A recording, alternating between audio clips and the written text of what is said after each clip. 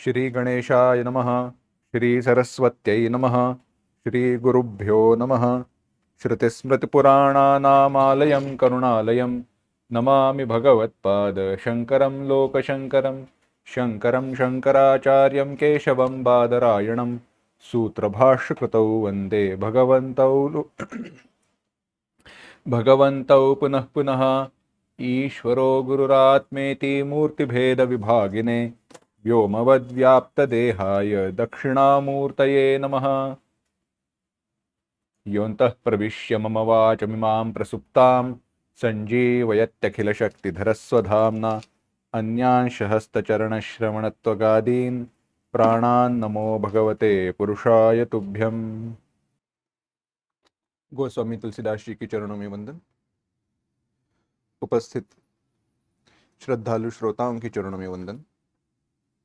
इसी वंदना के साथ आज के चिंतन को आरंभ करते हैं, परंतु उसके पूर्व रामचरितमानस के अयोध्या कांड का जो हम चिंतन कर रहे हैं, उस अयोध्या कांड के मंगल एक साथ पढ़ते हैं।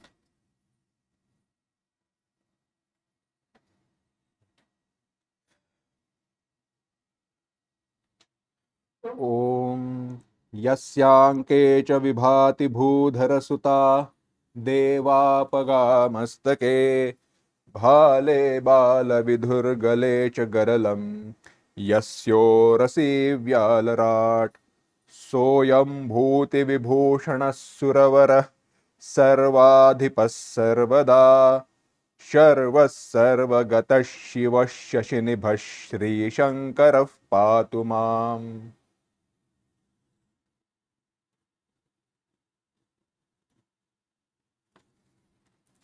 प्रसन्नतां यानगताभिषेकतः मुखं नमम्ले वनवासदुःखतः मुखाम्बुजश्रीरघुनन्दनस्य मे सदास्तु सा मञ्जुलमङ्गलप्रदा।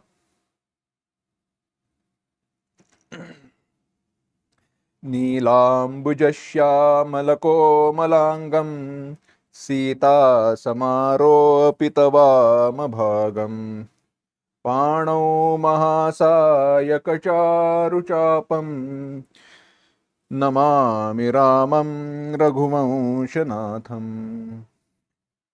श्रीगुरुचरणसरोजरज निजमनुमुकुरसुधारि बरनौ रघुवर बिमल जसु जोदायक फलचारि।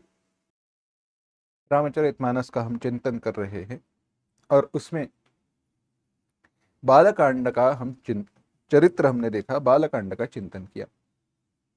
तत्पश्चात अयोध्या कांड को हम आज आरंभ कर रहे हैं। नियम है कि ग्रंथ के आदौ यानी आरंभ में, ग्रंथ के मध्य में और ग्रंथ के अंत में मंगलाचरण करना चाहिए। मंगलाचरण क्या है? मंगलम आचरणम मंगलाचरणम।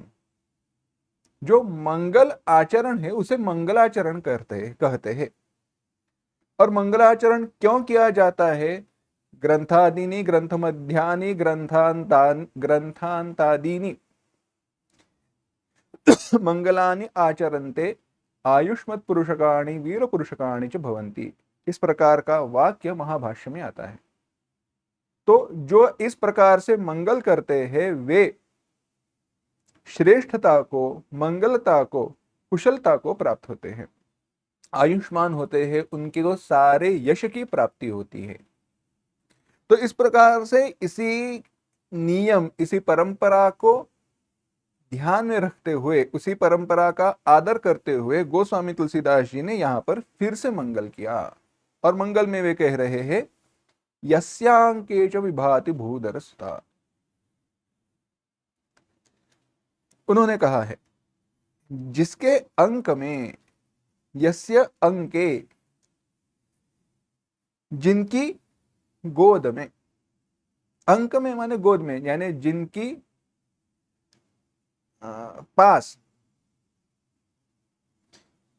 भूधर सुता विभाति, शोभा देती है। भूधर सुता भू माने पृथ्वी, धर भूधर माने पर्वत, और भूधर यह नाम है हिमाचल का।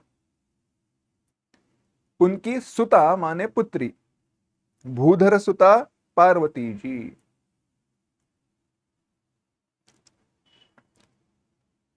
देवापगा मस्तके, देवापगा गंगा जी, मस्तक पर गंगा जी।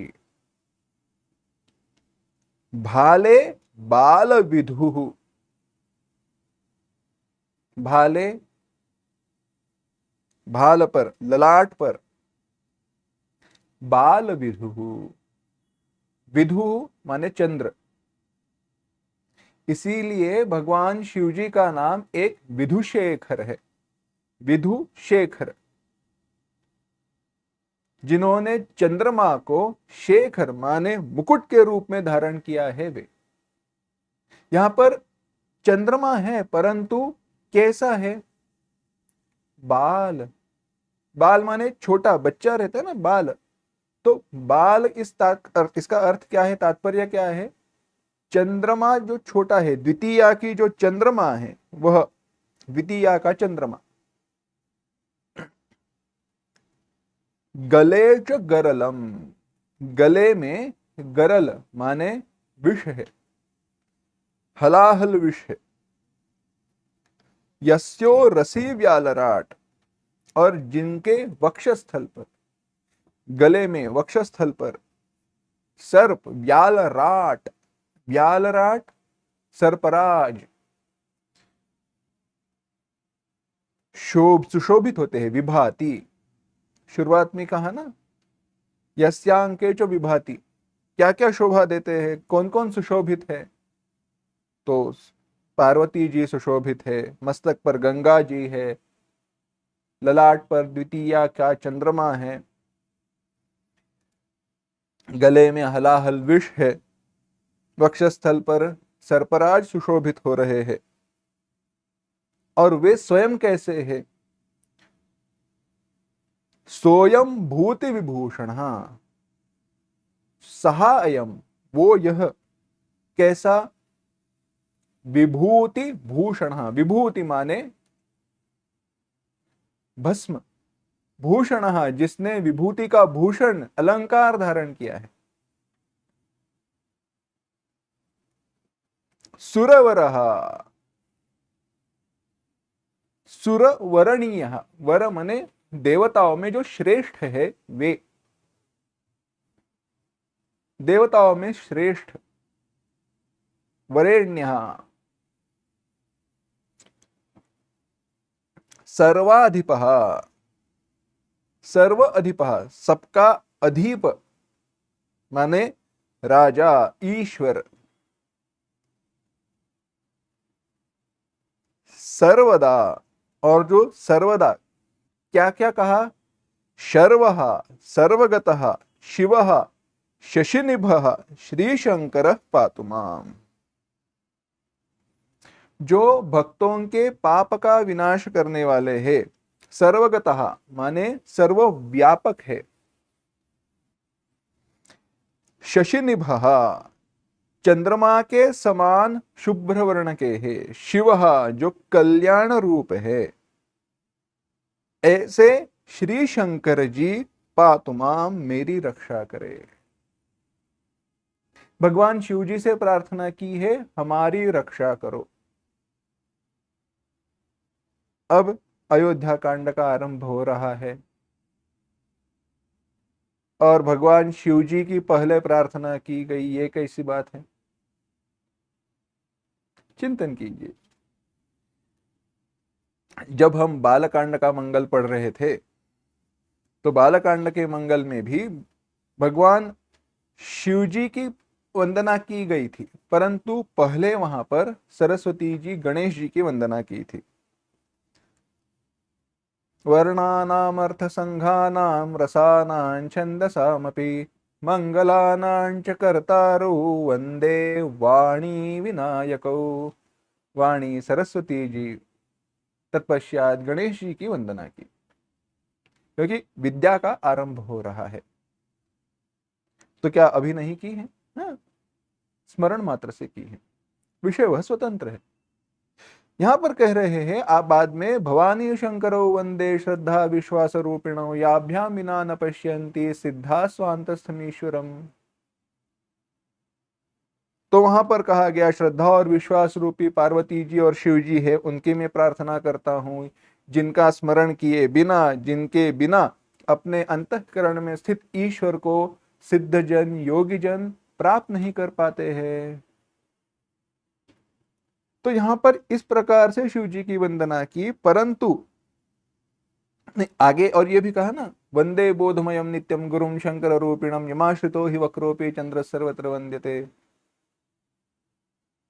तो जिनके सन्निध होने पर, जिनकी निकटता के कारण, जिनके सान्निध्य के कारण स्वयं वक्र होने वाला चंद्रमा भी भूषण को प्राप्त होता है, वंदित होता है, टेढ़ा चंद्रमा भी सर्वत्र वंदित होता है, क्योंकि वह साधना का आरंभ है। अब साधना का आरंभ वहां पे हुआ है, इसीलिए यहां पर जब अयोध्या कांड में आए हैं, जहां पर साधना में हम आगे बढ़े हैं, तो अब हमारी साधनावस्था का, हमारे साधन का किस प्रकार के साथ रक्षण किया जाना चाहिए और रक्षण होना चाहिए, इसीलिए भगवान शिव जी की प्रार्थना की, पातु माम, हमारी रक्षा करो। हे भगवान शिव जी, हे भगवान शंकर जी, रक्षा कीजिए। कैसे है, जो भी अब लक्षण बताए ना, उनका एक एक विचार करते हैं। सबसे पहले तो कहा, यस्यांके च विभाति भूधर सुता, जिनके अंक पर, अंकित होना माने गोद में बैठना, गोद में माने पास, निकट, अंकित, जिनके वश में कौन है, भूधर सुता। भू पृथ्वी, धर भूधर हिमालय पर्वत, उनकी सुता माने पार्वती जी है कौन, वो स्वयं साक्षात जगदम्बा माता है। जैसे प्रभु श्री राम जी और सीता माता का जब चिंतन किया जाता है तो जगदीश्वर और उनकी माया इस प्रकार से किया जाता है, वैसे ही भगवान शिव जी जब उनकी प्रार्थना वंदना की जाती है तो वे स्वयं परमेश्वर परमात्मा है और भूधर सुता पार्वती जी माया है। तो जिन्होंने माया को अपनी वश में कर लिया है, और फिर से एक बार याद कराते हैं, फिर से एक बार स्मरण दिलाते हैं, ये माया कैसी है, ये माया अविद्या माया नहीं है, ये भगवान की वो माया है जो सत्व गुणात्मिका है। हाँ, तमो गुणात्मिका तो अंकित है ही, परंतु वो प्रयोजन यहां पर नहीं है। सुशोभित करने वाली, भगवान को सुशोभित करने वाली माया कौन सी है, भगवान की विद्या माया है। जिस माया के कारण, जिस माया के कारण हम भगवान को प्राप्त होते हैं। अब पूछो ये कैसे, वेदांत में तो हम बताते हैं अज्ञान को छोड़ना चाहिए, माया को नष्ट कर देना चाहिए, बात सत्य है, परंतु उस माया को नष्ट करने के लिए जिन योग्य साधनों का अवलंबन किया जाता है, वे भी माया के ही भाग है ना, माया के ही अंश है। तो वो जो है वह विद्या माया कही गई, वह विद्या माया है, और वो स्वयं साक्षात पार्वती जी है जिन्होंने उस माया को अपने वश में कर लिया है वे। और मस्तक पर क्या है, देवापगा मस्तके, उनकी मस्तक पर, उनकी भाल पर देवापगा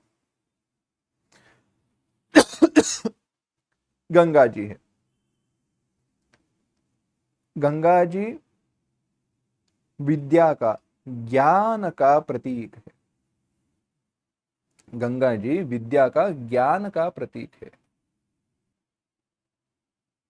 भगवद गीता किंचित धीता गंगा जललव कणिका पीता, सकृदपि येन मुरारि समर्चा क्रियते तस्य यमेन न चर्चा।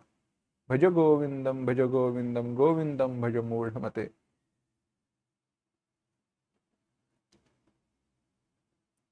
माता गंगा जी की प्रार्थना करते हुए भज गोविंदम में तो भगवान की प्रार्थना हुई है, वहां पर गंगा मैया का वर्णन आया, उनकी प्रार्थना आई, उनका महत्व आया।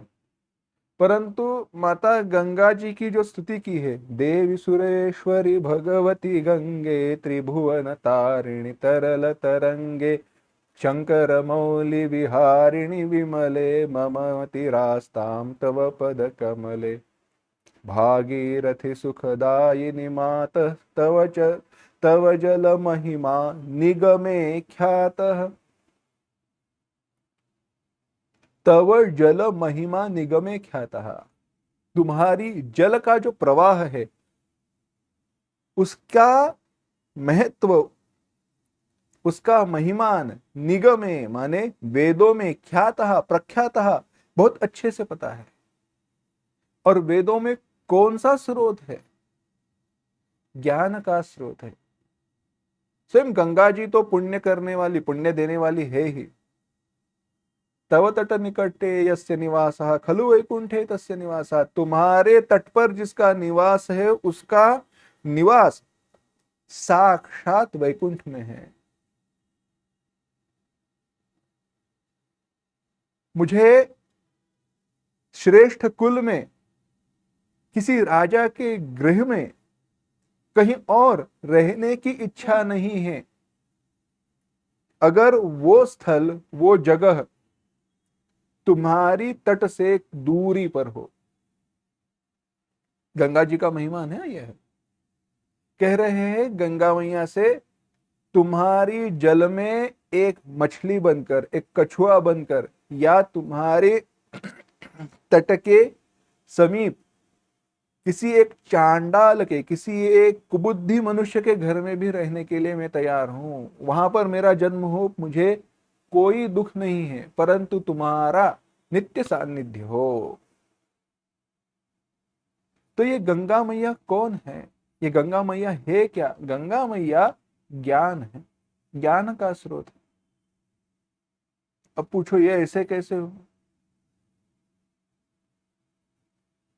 क्या है, गंगा मैया आई कहां से? हम तो कहते हैं गंगोत्री में उगम है, गंगोत्री में जाकर दर्शन करते हैं, बात सत्य है, वहां पर जाते हैं, गोमुख जाते हैं, परंतु वो ऐसी वैसी है नहीं। गंगा मैया जब वामनावतार में भगवान विष्णु ने, विष्णु जी ने 3 पग भूमि मांगी, तो एक पग गया स्वर्गादिक लोकों में, वहां पर ध्यान लगाए, ब्रह्मा जी बैठे हुए थे। अचानक से उन्होंने देखा, ध्यान छूट गया, देखा तो भगवान विष्णु जी का पग उनके सामने आया है, पैर उनका, विष्णु जी का पैर सामने आया है। तो उन्होंने सोचा अरे यही अवसर है, बस इसी के लिए तो हमारा जीवन है।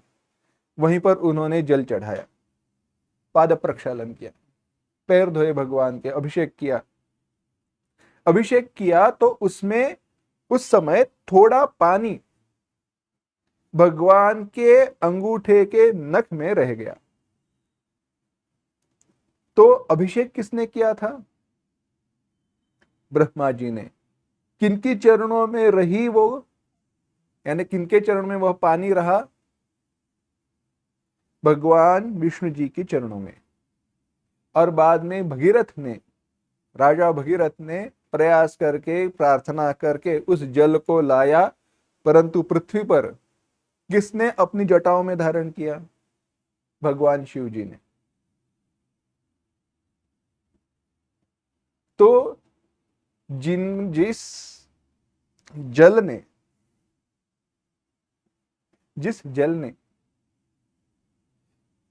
भगवान विष्णु जी, भगवान शिव जी, भगवान ब्रह्मा जी तीनों का आश्रय लिया है, तीनों से उत्पन्न हुई है, वह तो ज्ञान का ही स्रोत होगी ना, कोई सामान्य जल तो होगा नहीं। भगवान शिव जी का वर्णन गुरु के रूप में आता है, भगवान विष्णु जी का वर्णन गुरु के रूप में आता है। यस्य निश्वसितम वेदाः यो वेदेभ्योऽखिलं महत्। जिनकी मुख से वेद प्रकट हुए हैं वे भगवान विष्णु हैं। जिन्होंने सबसे पहले ज्ञान का उपदेश ब्रह्मा जी को किया वे विष्णु हैं, वे विष्णु जी हैं। तो उनकी चरण कमलों से निकली हुई गंगा, जही चरणन से निकसी सुरसरी शंकर जटा समाई। और भगवान ब्रह्मा जी तो विद्यावान है, ज्ञानी है, वेद तो पढ़ाते ही रहते हैं सत्य लोक में। ब्रह्मलोक में क्या चलता है? कुछ नहीं। ब्रह्मलोक में हर क्षण हर समय वेदांत के पाठ चलते हैं। हमारे गुरुजी कहा करते थे, आचार्य जी कहा करते हैं, आपको ब्रह्मलोक में जाना है ना, ब्रह्मलोक में बहुत अच्छी बातें कही गई है। कुछ नहीं, ब्रह्मलोक में जो यहाँ पे कर रहे हैं वही होता है, परंतु वहां पे ब्रेक भी नहीं मिलता। क्यों? ब्रह्मा जी के 4 मुख है, तो एक मुंह थक गया तो दूसरे मुंह से सिखाना शुरू कर देते हैं, चलती रहती है वहां पर वेदांत की कक्षा। अस्तु, तात्पर्य है गंगा जी क्या है? गंगा जी है ज्ञान। तो जिनके मस्तक पर गंगा जी जो ज्ञान है वह विराजमान है, और गंगा जी के कारण शिव जी को शोभा नहीं है। कौन सुशोभित हुआ है? गंगा जी सुशोभित हुई है, वह ज्ञान सुशोभित हुआ है, वह ज्ञान है। इतना ही नहीं, भाले बाल विधु, भाले बाल विधु, मस्तक पर चंद्रमा है। यमाश्रितो हि वक्रोपि चंद्र सर्वत्र वंद्यते। वक्रता यानी जो दोष है वे भी गुणों में परिवर्तित हो जाते हैं। हमने किया था यमाश्रितो ही वक्रोपी, बालकांड का जब मंगल देखा था वहां पे हमने चिंतन किया था। तो जिनके सन्निध आने पर, जिनके सानिध्य से, जिनकी कृपा प्रसाद से दोष भी गुण बन जाते हैं, वे भाले बाल विधु, गले च गरलम, गले में जहर है। बड़ी कठिन साधना है, गले में जहर है। तात्पर्य क्या है? संक्षेप में कथा कह देते हैं।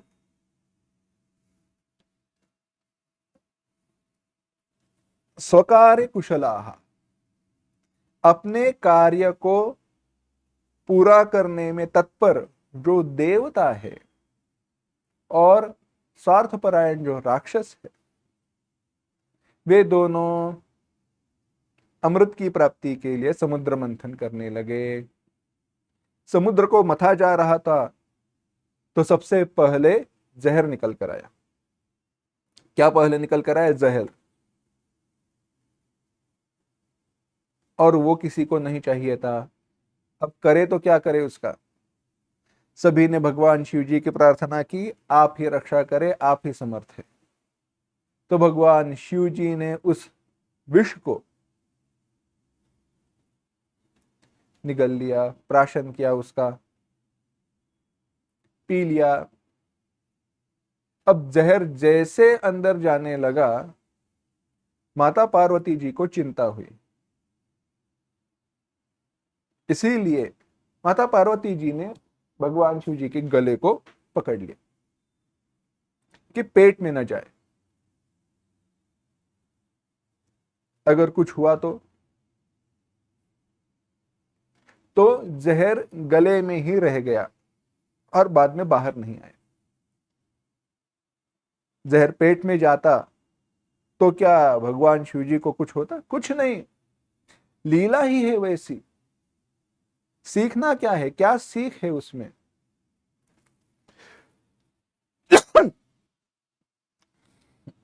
तो उसमें यही सीख बताई, बाहर जहर तो रहेगा ही, दुनिया में जहर होगा ही, जहर तो आपको पीना पड़ेगा, परंतु उस जहर को प्राशन करके न पेट में रखना है न बाहर उगलना है, गले में धारण करो, यहीं पर रख दो।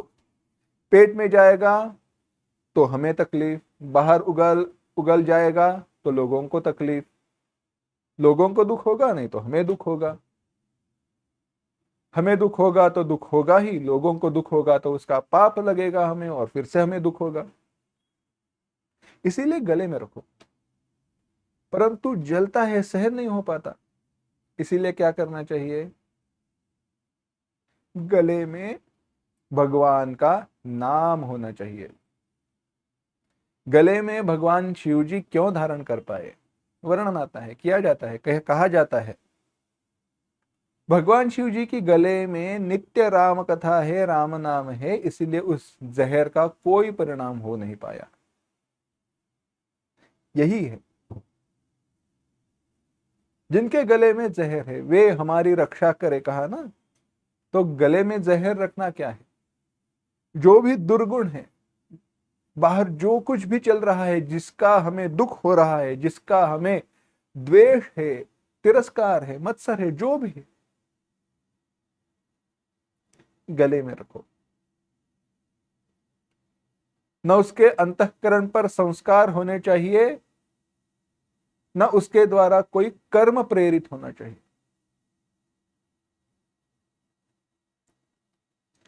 बात समझ रहे हो? सरल सा एक उदाहरण बताते हैं तो बात समझ में आएगी। देखो, हम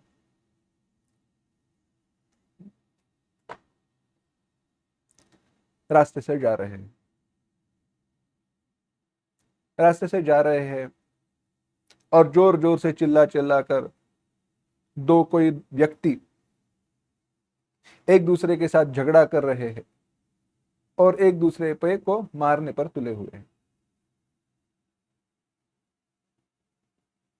दुख होता है, क्यों ऐसा कर रहे हैं। घर आते हैं, लौट कर आते हैं, अब विचार शुरू होते, क्या हुआ, कैसे हुआ, क्यों झगड़ा कर रहे थे, यानी उसके संस्कार हृदय पर निर्माण हो। और अगर जाकर देखो, अगर योग्यता हो, अधिकार हो, आवश्यकता हो तो उन्हें शांत करने का प्रयास करना चाहिए, परंतु अगर दोनों शांत हो नहीं पाएंगे, ऐसा लगे, तो हमें बीच में नहीं जाना चाहिए। आवश्यकता हो तो पुलिस को फोन करो, कोई दूसरा है उसे साथ ले जाओ, क्योंकि उसमें हम मार खाएंगे, हमें हम ना पीट जाए। तात्पर्य यह है, ऐसे जो कोई कर्म है, ऐसी जो कोई क्रिया है जगत में हम देखते हैं, वर्तमान पत्र में, पेपर में पढ़ते हैं, न्यूज़पेपर में, तो उनके हृदय पर संस्कार नहीं होने चाहिए और उसके कारण जगत के प्रति हमारी जो दृष्टि है वह भी दूषित नहीं होनी चाहिए। जगत में जैसे दोषपूर्ण क्रियाएं हो रही है, दोषपूर्ण लोग हैं, वैसे ही अच्छे लोग भी तो है। सारा जगत तो दोषपूर्ण है नहीं ना। जगत में जैसे असाधु लोग हैं वैसे साधु भी है। तो तात्पर्य यह है उसका, हमारे हृदय पर न संस्कार होना चाहिए, ना उसके द्वारा हम कोई क्रिया करने के लिए प्रेरित हो जाने चाहिए। आगे कहा, यस्यो रसी व्यालराट, जिन्होंने सर्प को, व्यालराट सर्पराज सुशोभित है।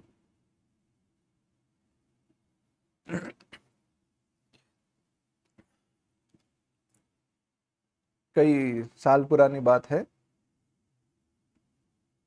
तो सांप वगैरह जो रहते हैं ना, उनको कैसे हैंडल करना चाहिए। बिना जहरीले सांप ही थे, उनको कैसे संभाल कर पकड़ना चाहिए, क्या करना चाहिए, जहरीले सांप कैसे होते हैं, जहर जिनके पास नहीं है वे सांप कैसे होते हैं, वे हमारे लिए अनुकूल कैसे है, क्योंकि वे चूहे इत्यादि जो प्राणी हैं, उपद्रव करने वाले, निर्माण करने वाले, उनको खाते हैं, उनको नष्ट करते हैं, इत्यादि सारी बातें बता रहे थे। तो जो सांप है ना, यहां वहां घूमते रहता है, एक जगह पर स्थिर नहीं रहता। स्थिर रह रहा है तो उसको जाकर चौंकाना नहीं चाहिए, उसको हाथ भी लगाना नहीं चाहिए। परंतु अगर हाथ में आप अगर उसको पकड़ो तो घूमते रहेगा, घूमते रहता है, स्थिर नहीं रहता। परंतु भगवान शिव जी के गले में सांप को गोल गोल घूमते हुए कभी देखा है? नहीं, एक ही जगह पर स्थिर है। वह सांप क्या है? वह अहंकार है। जिन्होंने अहंकार को भी अपने नियंत्रण में रखा है, वो अहंकार सबसे बड़ा सर्प है, अहंकार सबसे बड़ा सांप है, ऐसी बात है। तो जिन्होंने अपने अहंकार को वश में कर रखा है, वे, हमारा अहंकार हमारे वश में नहीं है, इसीलिए जिन्होंने अहंकार को अपने वश में किया है, उनकी हम प्रार्थना करें, वे शिव जी पातुमाम, हमारी रक्षा करे। वे जो भस्म से भूषित है, भूति विभूषण, भूति विभूति। भस्म क्या है? भस्म रक्षा माने किसी वस्तु का विनाश होने के बाद जो शेष बचा है वह, जिसका विनाश होने के बाद जो शेष बचा है वह, इसका दो प्रकार से विचार किया जाता है और किया जा सकता है। जिन्होंने भस्म शरीर पर धारण किया है, माने कोई अच्छे अलंकार परिधान करे, इस शरीर को सुशोभित करे, इस शरीर के प्रति आसक्ति है, ऐसे कोई लक्षण नहीं है, जो मिला वो पहन लिया, सामान्य सरल जीवन, अहंकार नहीं, राग द्वेष नहीं, कुछ नहीं। यह एक भस्म का एक रूपक है, एक विचार है। दूसरा विचार ऐसे है, अगर भस्म शेष माना, भस्म क्या है? शेष, जो बचा हुआ है वह, और बचा हुआ क्या है? सब कुछ जलकर राख हो जाने के बाद, सब कुछ नष्ट हो जाने के बाद बचा हुआ शेष क्या है? और वह शेष दूसरा तीसरा कुछ नहीं परंतु ब्रह्म है। उच्छिष्ट सूक्त करके अथर्ववेद में एक सूक्त है, उसमें उत्शिष्ट, उच्छिष्ट माने जूठा खाना जो बच जाता है ना, उसे हम कहते हैं ना उच्छिष्ट। तो उच्छिष्ट, उत्शिष्ट, सब कुछ हो जाने के बाद जो बच गया वह यज्ञ का, हवन का, यज्ञ आहुतियों का विचार, माने यज्ञ में आहुतियां हो जाने पर जो शेष बच जाता है वह यज्ञ उच्छिष्ट कहा गया, यज्ञ शिष्ट कहा गया है, और वह प्रसाद हो जाता है। तो उत्शिष्ट, जगत की विनाश के बाद, जगत की संहार के बाद, जगत की लय के बाद जो बच गया, जो शेष रह गया, वही भस्म है। तो क्या बचा? ब्रह्म, जो ब्रह्म से विभूषित है, माने जो ब्रह्म स्वरूप है, वे देवताओं में जो श्रेष्ठ है, सुरवरः,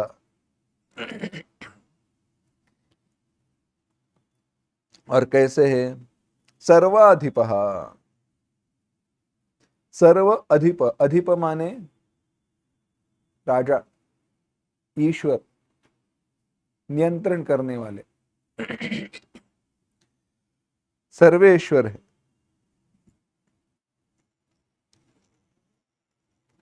शर्वः सर्वगतः, जो संहार करता है, भक्तों की पापों का विनाश करते हैं। सर्वगतः, सर्वगत व्यापक है। शिवः, जो कल्याण रूप है। सारे ब्रह्म के लक्षण कहे जा रहे हैं। ब्रह्म तन्मंगलम विदुः अति कल्याण रूपत्वात् नित्य कल्याण संश्रयात् स्मर्तॄणाम वरदत्वाच्च ब्रह्म तन्मंगलम विदुः। ब्रह्म मंगल है, इसीलिए शिव माने मंगल माने ब्रह्म। शशि निभः, चंद्रमा के समान जिनका वर्ण है शुभ्र वर्ण, ऐसे श्री शंकर जी सदा मेरी रक्षा करे। माने हमारी ब्रह्म ज्ञान की लालसा, इच्छा, परमात्मा प्राप्ति की इच्छा सहजता से पूरी हो, उसमें कोई विघ्न न आवे। भगवान हमारी रक्षा करो। आगे कह रहे हैं, प्रसन्नतां यान गताभिषेकतः मुखम तथा न मम्ले वनवास दुःखतः मुखाम्बुजश्री रघुनंदनस्य मे सदास्तु सा मंजुलमंगलप्रदा।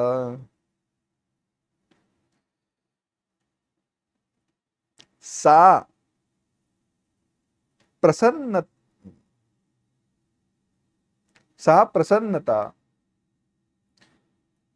में सदा मंजुल मंगल प्रदास्तु। वो प्रसन्नता, मुख कमल की छवि मेरे लिए सदा मंजुल मंगल प्रदास्तु, नित्य सुंदर मंगलों को देने वाली हो। वो मंगलता नित्य मुझे, वो प्रसन्नता मुख कमल की छवि मुझे सदा सुंदर मंगलों को देने वाली हो। कैसी? बड़ा सुंदर वर्णन किया है समचित्तता का। समचित्तत्वम् इष्टानिष्टोपपत्तिषु, नित्यञ्च समचित्तत्वम् इष्टानिष्टोपपत्तिषु शुनि चैव शपाके च पंडिता समदर्शिनः। समदर्शित्व में एक समान रहना, चित्त अविचल रहना क्या है? वर्णन किया प्रसन्नताम, या प्रसन्नताम जो मुखारविंद की शोभा है।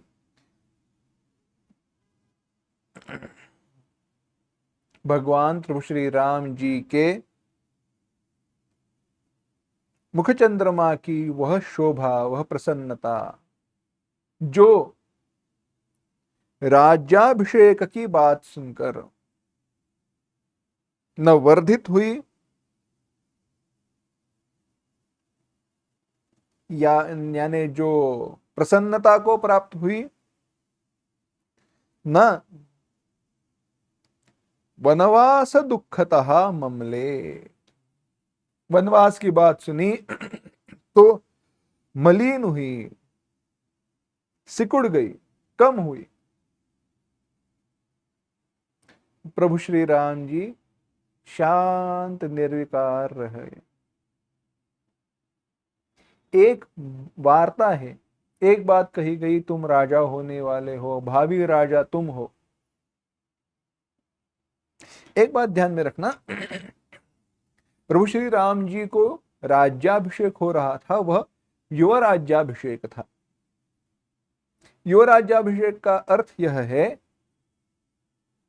मेरे पश्चात भावी राजा तुम होंगे। As good as writing a will, हमारा मृत्यु पत्र तैयार करने जैसी बात है, बाकी कुछ नहीं। राजा के द्वारा अपने होते हुए हमारा उत्तराधिकारी कौन होगा उसका सुनिश्चय करना चाहिए, बताना चाहिए। नहीं तो पश्चात युद्ध हो, संभ्रम निर्माण हो, ऐसे न हो। अस्तु। तो राज्याभिषेक की बात सुनकर प्रभु श्री राम जी को अत्यंत आनंद हुआ, ऐसी बात नहीं है। और तत्पश्चात कुछ घंटों में वनवास की बात सुनने के बाद भी दुख हुआ, ऐसी बात नहीं है। वनवास क्या, राजा होना क्या, प्रभु श्री राम जी के लिए समान था।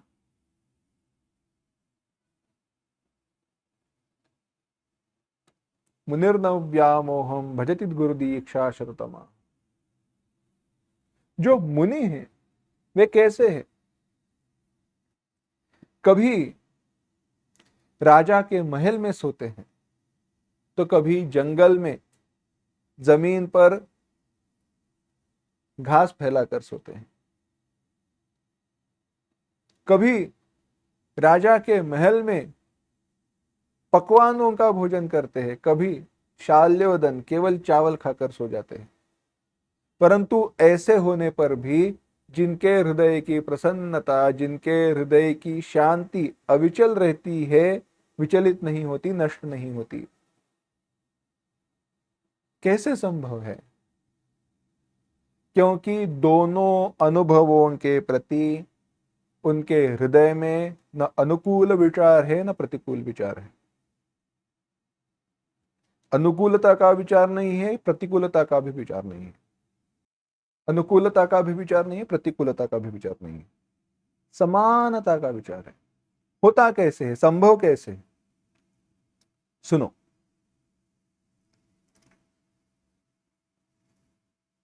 राज्याभिषेक माने अत्यंत सुख की बात है, और वनवास में जाना, वन में जाना अत्यंत दुख की बात है। किसने कहा? कहा किसने? कौन बताया? अरे वन में रहने वाले ऋषि मुनि तो वहां पे सुख से रहते हैं, और राजमहल में रहने वाले राजा को भी मेरा ही बेटा मेरी गद्दी छीन लेगा, दूसरा राजा मुझे आकर हरा देगा, मुझे उसका दास बनकर रहना पड़ेगा, दुख है। किसने कहा राज्याभिषेक सुख है और वन में जाना दुख है? किसी ने नहीं कहा, और कोई कहता भी नहीं है, कह भी नहीं पाएगा। बोलते हैं बात भिन्न है, परंतु वह सत्य नहीं है। क्योंकि ऐसी बात है, देखो, चाहे राज्याभिषेक हो, चाहे कुछ भी हो, कोई भी बात एक ही है। जहां पर हमारी अनुकूल और प्रतिकूल बुद्धि होती है, वहीं पर सुख और दुख की बातें आती है। अनुकूलम वेदनीयम सुखम, प्रतिकूलम वेदनीयम दुखम। जो अनुभव हमारे लिए अनुकूल रहता है वह सुख देता है, और जो अनुभव हमारे लिए प्रतिकूल रहता है, कूल माने तट, कूल माने तट। नदी के दो कूल होते हैं ना, तट होते हैं, एक इस तरफ एक दूसरी तरफ। इस तट पर अगर हमें जो चाहिए वह वस्तु हो तो हमें सुख है, नदी के उस तट पर हमें चाहिए वो वस्तु हो तो दुख है, क्योंकि वहां पर जाकर लेकर आना पड़ेगा। कौन जाएगा वहां तक? उससे अच्छा यहीं पर बैठे रहें, यहीं पे करें, है ना? तो अनुकूल सुख देता है, प्रतिकूल दुख देता है। जो सुख, जो वस्तु सुख देती है उसके प्रति राग है, जो वस्तु दुख देती है उसके प्रति द्वेष है। सुखानुशायी राग, दुखानुशायी द्वेष, योग सूत्र में चिंतन आया। अनुकूल प्रतिकूल वस्तुओं की, अनुभवों की बात यही है। परंतु वे अनुभव हमारे लिए अनुकूल और प्रतिकूल क्यों हो जाते हैं?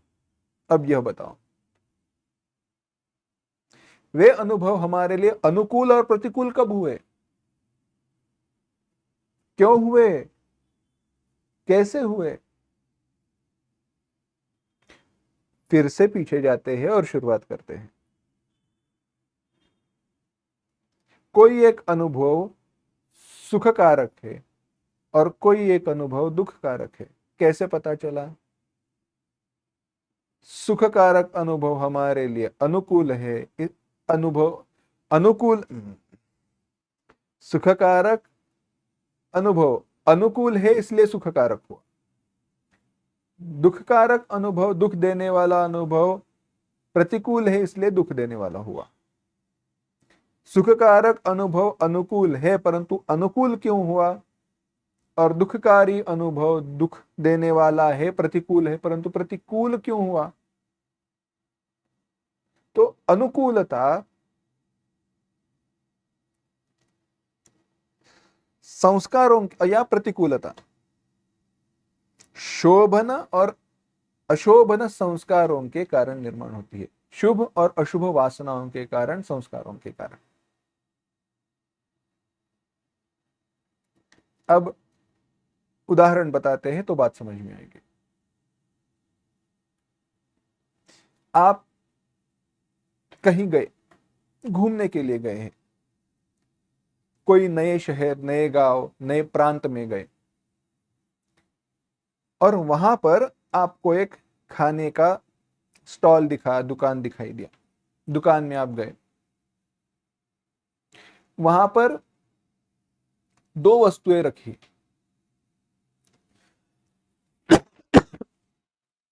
एक बहुत तीखी है और एक बहुत मीठी है। दोनों वस्तुएं क्या है आपको पता नहीं। एक वस्तु मीठी है, बहुत मीठी नहीं, मीठी है कहते हैं। कहने के बाद डायबिटीज हुआ तो एक वस्तु मीठी है और दूसरी वस्तु बहुत तीखी है, बहुत तीखी। तो आपने पूछा क्योंकि वो मसाला है ना, सुगंध तो अच्छी आई, आपको लगा चलो क्या है दिखाओ। उसने कटोरी में आपको दिया, कटोरी में हो, थाली में हो, जो भी हो। आपने खाया, ऐसे तीखा लगा, हाय रे हाय, पानी मांगा, उसने पानी दिया। फिर भी वो तीखापन कम नहीं हो रहा था तो उसने कहा रहने दो, ये थोड़ा मीठा खाओ। तो उसने वो मीठी वस्तु आपके सामने रखी, उस मीठी वस्तु को आपने खाया और शांति महसूस हुई। अब हुआ क्या? कुछ नहीं हुआ। दोनों पदार्थों को हमने पहले खाया नहीं था, दोनों पदार्थों को हमने खाया नहीं था, परंतु अब बात ठीक से सुनना, ये साइकोलॉजिकल एनालिसिस है। जो पहला अनुभव था दोनों वस्तुओं का, उसमें एक अनुभव हमारे लिए प्रतिकूल हुआ क्योंकि उसके कारण हमें दर्द सहन करना पड़ा, तीखा लगा ना। और दूसरे के कारण उस दर्द का विनाश हो, दुख का विनाश हो। अब इसके कारण संस्कार निर्माण हुए हैं। यह वस्तु बहुत तीखी है, नहीं नहीं नहीं नहीं, खानी नहीं चाहिए। यह वस्तु मीठी है, बहुत अच्छी है। अब आप फिर से उन दोनों वस्तुओं को किसी और जगह पर, दूसरी जगह पर देखते हो, कोई भिन्न व्यक्ति के द्वारा बनाई हुई देखते हो, और दोनों वस्तुओं को देखने के बाद दोनों वस्तुएं सामने आती है तो क्या परिणाम होता है? वहां पर अनुकूलता, प्रतिकूलता, सुख दुख का विचार आता है। जिस वस्तु के सापेक्ष, जिस वस्तु की रिलेशन में हमारी हृदय में दुख का अनुभव है, हमारे हृदय में दर्द, वेदनाओं का अनुभव है, उसके प्रति हम कहेंगे नहीं, मुझे खाना नहीं है, ना ना ना, पास भी मत लाओ। अब जो पहले व्यक्ति ने बनाई थी उसकी जो टेस्ट है, टेस्ट, हाँ, वो टेस्ट्यूब वाली टेस्ट, उसका पसंद अलग है ना, तो उसने बहुत तीखा बनाया। जो सामने आई है वस्तु वह कम तीखी है, परंतु क्या करें, कम तीखी है परंतु हमें खाना ही नहीं है, ट्राई ही नहीं करना है, पहला अनुभव है। और मीठी वस्तु, हाँ लाओ। तो यही अनुकूलता प्रतिकूलता है। पूर्व संस्कारों के कारण अनुकूल प्रतिकूलता के भाव निर्माण होते हैं, और उन संस्कारों के कारण जब अनुकूलता और प्रतिकूलता के भाव निर्माण होते हैं तो उसके कारण सुख और दुख का अनुभव आते हैं, सुख और दुख का अनुभव आता है। अब फिर से पीछे चले जाते हैं, पीछे माने थोड़ा ही पीछे। अब जो भी अनुभव आए हैं, बहुत तीखा खाने के बाद जो दर्द महसूस हुआ, जिस वेदनाओं का, जिन वेदनाओं का, जिस दुख का हमने अनुभव किया, और मीठा खाने के बाद जो सुख हमने अनुभव किया, वह अनुभव क्यों हुआ, उसका कारण एक है। दोनों अनुभव हमारे लिए सत्य थे, हमारे लिए दोनों अनुभव सत्य थे। उन अनुभवों की सत्ता के कारण, सत्यता के कारण, उन अनुभवों के संस्कार हमारे हृदय पर निर्माण हुए, और जब संस्कार निर्माण हुए तो अनुकूल प्रतिकूल भाव निर्माण हुआ, और अनुकूल प्रतिकूल भाव निर्माण होने के बाद सुख दुख के विचार निर्माण हुए। सुख और दुख अंतःकरण की वृत्तियां हैं, और उनका मूल जगत को सत्य मानने में है। जब तक जगत की सत्यता हमारे हृदय में स्थिर है तब तक अनुकूल प्रतिकूल भाव नहीं जाएंगे, सुख दुख की भावनाएं नहीं जाएंगी। प्रभु श्री राम जी स्वयं परमात्मा है, उनके दृष्टि से न जगत सत्य है न शरीर सत्य है। इसीलिए उन्हें उन्हें प्राप्त उनके लिए उन्हें प्राप्त होने वाले जो भी सारे अनुभव है वे सारे मिथ्या ही है, ये सारे मिथ्या है। इसीलिए वनवास की प्राप्ति की बात सुनकर दुखी नहीं हुए, और ब्रह्म प्राप्ति, अभिषेक राजाभिषेक की बात सुनकर सुखी नहीं हुए। परंतु सुंदर बात यह है, यही जब हम अरण्य कांड में जाएंगे तो यही प्रभु श्री राम जी रोने वाले हैं और पूछेंगे, अरे जो राज्याभिषेक की बात सुनकर प्रसन्न नहीं हुए और वनवास गमन की बात सुनकर दुखी नहीं हुए, वे सीता माता की विरह में इतना रोए। और यही तो प्रश्न है भरद्वाज जी का, याज्ञवल्क्य जी से, सीता माता का, शिव जी से। अस्तु, वहां पर उसका समाधान देखेंगे, वहां पर उसका चिंतन करेंगे। पूछत चले लता तरुपाती। प्रभु श्री राम जी इतना रोए कि लक्ष्मण जी को भी आश्चर्य हुआ, अरे मेरे भाई को क्या हुआ। एक जगह पर तो प्रभु श्री राम जी लक्ष्मण से कहते हैं, लक्ष्मण सामने वो हिरण दिखाई दे रहे हैं, मार दो उन्हें। राम जी लक्ष्मण ने पूछा, भैया मार दे इन्हें, इनका कोई अपराध नहीं है, ना हम मृगया के लिए, शिकार के लिए आए हैं, इन्हें क्यों मार दे। तो प्रभु श्री राम जी ने कहा, वो जो मादाएं हैं ना, वो अपने पतियों को बता रही है, भागो मत, भागो मत, आपको डरने की कोई आवश्यकता नहीं है। ये सोने के हिरण के पीछे भागे थे और अपने पत्नी को भूल गए हैं, वो आपको नहीं मारेंगे। ये हमें चिढ़ा रही है, इसीलिए इन्हें मार दो। लक्ष्मण ने कहा ठीक है। तुरंत धनुष पर बाण चढ़ाने वाले थे, तो प्रभु श्री राम जी बोले लक्ष्मण नहीं नहीं नहीं, रुको रुको रुको। लक्ष्मण जी ने पूछा क्या हुआ भैया, इन्हें ना मारो लक्ष्मण, क्योंकि जब मैं इनकी आंखों की तरफ देखता हूं तो इनकी आंखें सीता माता की तरह, सीता की तरह है, इसीलिए मुझे इनमें सीता दिखाई दे रही है मेरी, इन्हें ना मारो। भाव विभोर होना, भाव की जो बात है वो भिन्न है।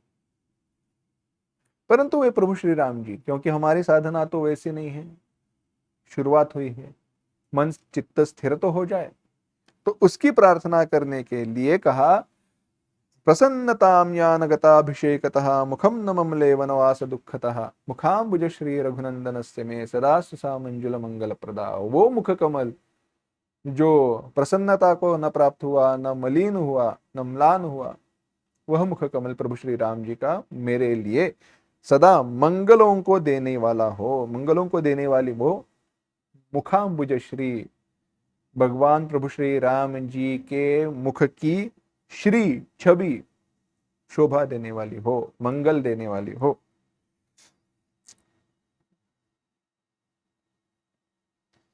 आगे कहा नीलांबुजश्यामल कोमलांगम, नीलांबुजश्यामल कोमलांगम सीता समारोपितवाम भागम पाणौ महासायकचारुचापम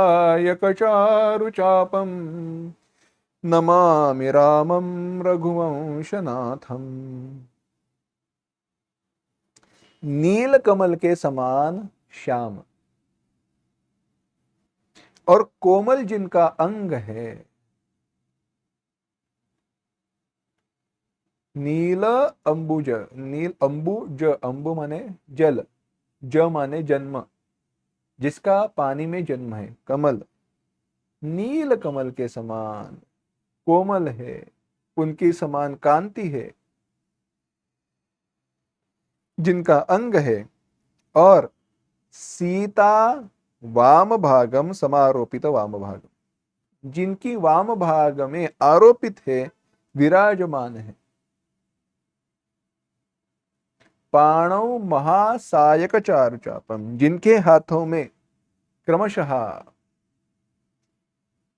अमोघ बाण है, सुंदर धनुष्य है, वे रघुवंश के जो स्वामी हैं, मैं उन्हें नमस्कार करता हूं। क्यों नमस्कार करता हूं ऐसे? अब प्रभु श्री राम जी ऐसे भी चाहिए जो मेरे हृदय में दुर्गुण रूपी राक्षस बसे हुए हैं, उनका विनाश करे, इसके लिए। और मेरे हृदय में दुर्गुण रूपी बसे हुए जो राक्षस है, उनका विनाश करने के लिए प्रभु श्री राम जी को हाथ में धनुष्य बाण लेकर खड़े रहना होगा। बस इसी की दृष्टि से भगवान की प्रार्थना की। और अब आगे गुरु वंदना आई।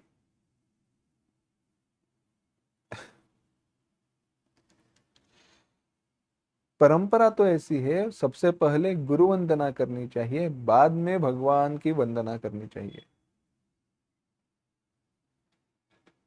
सबसे पहले, हाँ, अगर गुरुजी और भगवान दोनों सामने आए, गुरु गोबिंद दो खड़े काके लागो पाए, बलिहारे गुरुदेवन की जिन गुरु गोबिंद दिया मिलाए। गुरु और गोविंद दोनों सामने आए, भगवान परमात्मा और गुरु जी सामने आए, तो पहले किसको नमस्कार करना चाहिए? पहले गुरु जी को, जिनके कारण भगवान की प्राप्ति हुई है, अधिकार है उनका।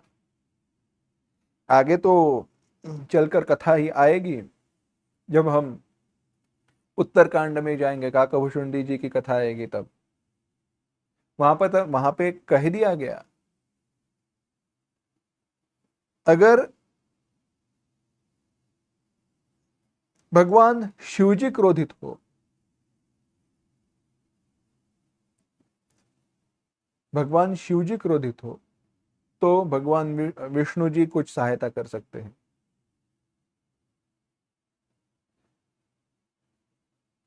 भगवान विष्णु जी क्रोधित हो तो भगवान शिव जी कुछ सहायता कर सकते हैं। दोनों क्रोधित हो जाए तो हमारे गुरु हमारी सहायता कर सकते हैं, परंतु अगर गुरु क्रोधित हो जाए तो कोई बचा नहीं सकता।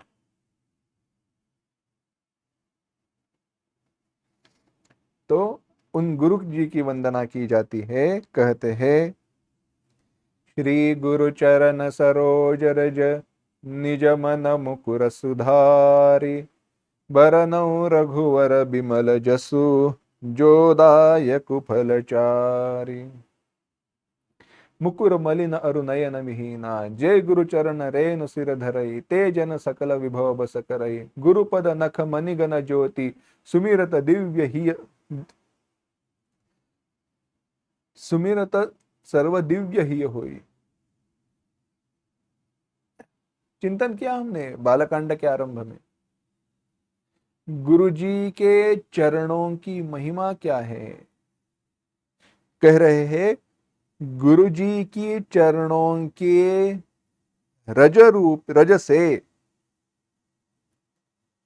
निज मनु मुकुरु, मनोरूपी दर्पण को साफ किया जाता है,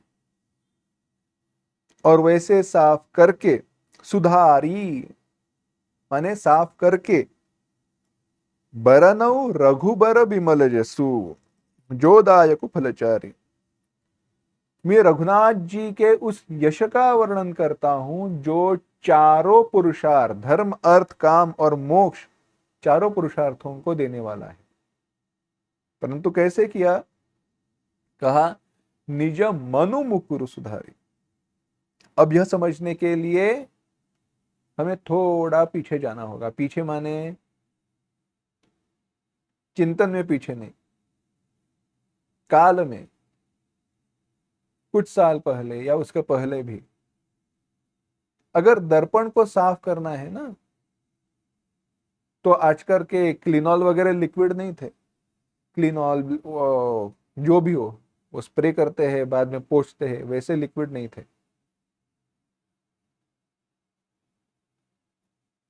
तो उसे साफ कैसे किया जाए दर्पण को, तो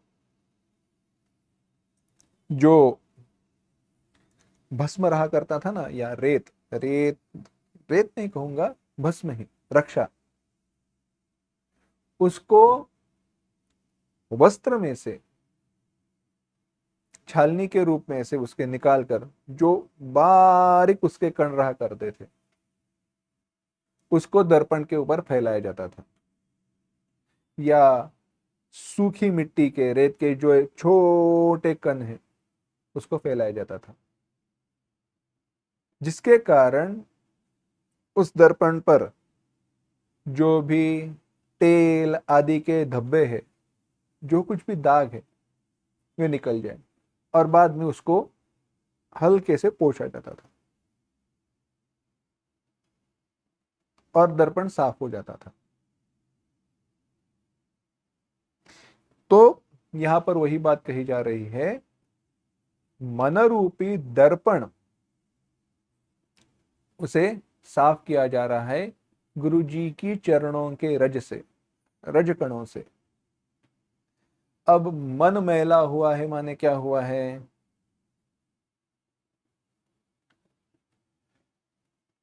मन में अज्ञान आया है, यही है। आवरण विक्षेप इत्यादि का जो दोष हमने देखे हैं ना, यही है। मन मैला हुआ है, मन मलिन हुआ है, तो मन में अहंकार का होना, मन में संदेह का होना, मन में संदिग्धता का होना, यही मन की मलिनता है, और उसे दूर करने वाले गुरु जी है। इस प्रकार से गुरु जी की चरणों की धूल से मेरे मन को साफ करके, बालकांड के आरंभ में भी गोस्वामी तुलसीदास जी ने यही कहा, इस प्रकार से मेरे मन को साफ करके मैं अब राम कथा बताने वाला हूं। अब यह राम कथा कैसी है?